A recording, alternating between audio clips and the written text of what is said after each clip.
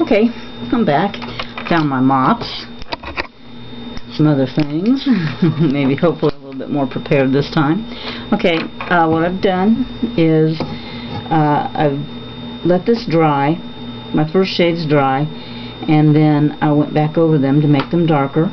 I put in my windows, and I really just kind of freehanded them. That's why they look a little messy, but I don't know, I kind of think it looks a little bit like, you know, an old rundown house. It looks a little more natural. Starting to put in some darker shades here, because this is in the front. I've put in the mast and some of these lines up here, the rigging lines, with straight paint so that it's darker, and then, you know, lighter touch back here, and again back here on this plane with the windmill and the last boat.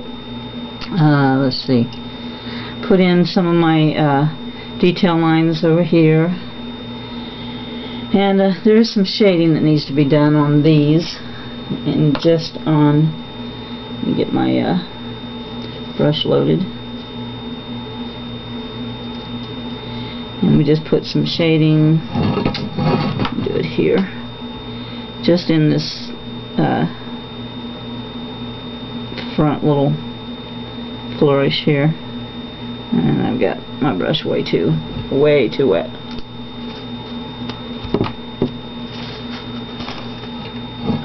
Let's try that again.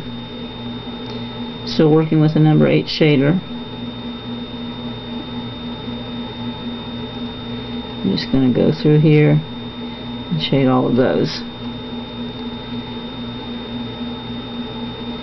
And that's all you have to do with this corner decoration out here. Let's put the detail lines in and then shade that front flourish.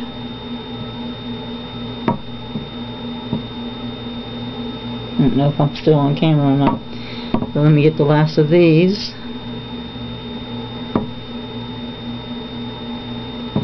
Okay, and then I'm still having trouble with this one. Then I've started to put in some darker shades here. This is the front boat, and you want this one to be the darkest. So just emphasizing the boat there, and let's emphasize the shading and this one again. Okay, and we can even go that one more time. Now you see that this is clearly in front, back, and back. And I think I could put one more shade on the boat here, because we do not want it to look like this one. Okay, I'm going to load my brush again with glaze on one side and blue mix on the other. Brush it out on my palette, and I'm going to have to do this kind of endways. And now we're going to go make the shadows under the boats, and we're going to start out pretty wide here, and I'm just going to kind of run back and forth, and as I get closer and closer to the shore, my stroke gets a little smaller and smaller, my shadow gets smaller.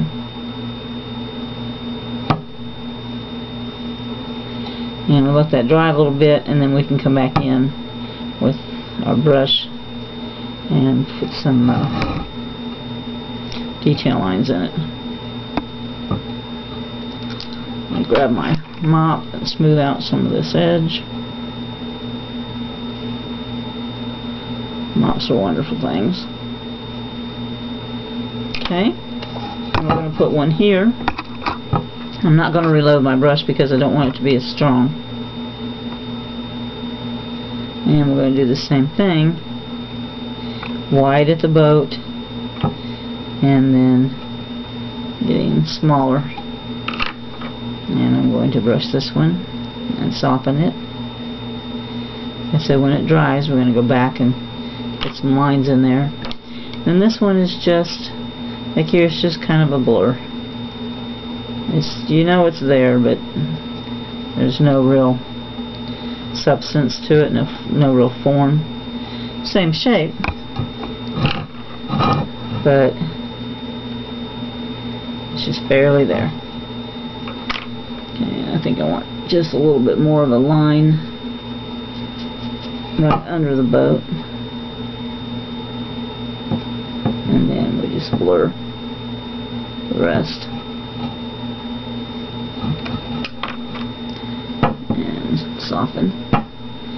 Okay, so now we come back here and our first one has gotten a little dry. So we can make some little water and ripple lines in it. And a few in this. And you know, just keep doing that as it dries, and you can get a little darker and a little darker, and then have a little more definition. Just, you know, disturb the water a little. Okay. Now I want to shade under the ducks. Load my brush again, and it's kind of, most of this duck trail, it's going to be behind them, and it's going to kind of peter out, and I'm going to put it in, and then I'm going to soften it. Now this isn't, the soften it with the mop is not in your directions, but I paint with a very heavy hand, and if I don't have a mop next to me, then I just end up, you know, the elements just way too heavy, and I don't get the dimension that I need. So now I come back in here and just kind of made a little bit of ripples in the water, because you know, show where the ducks have been. Okay. Then now we can go back to our fan. Figure out where I put it. Okay. We'll go back to our fan, and I'm just going to wet it, and then I'm just going to tip it.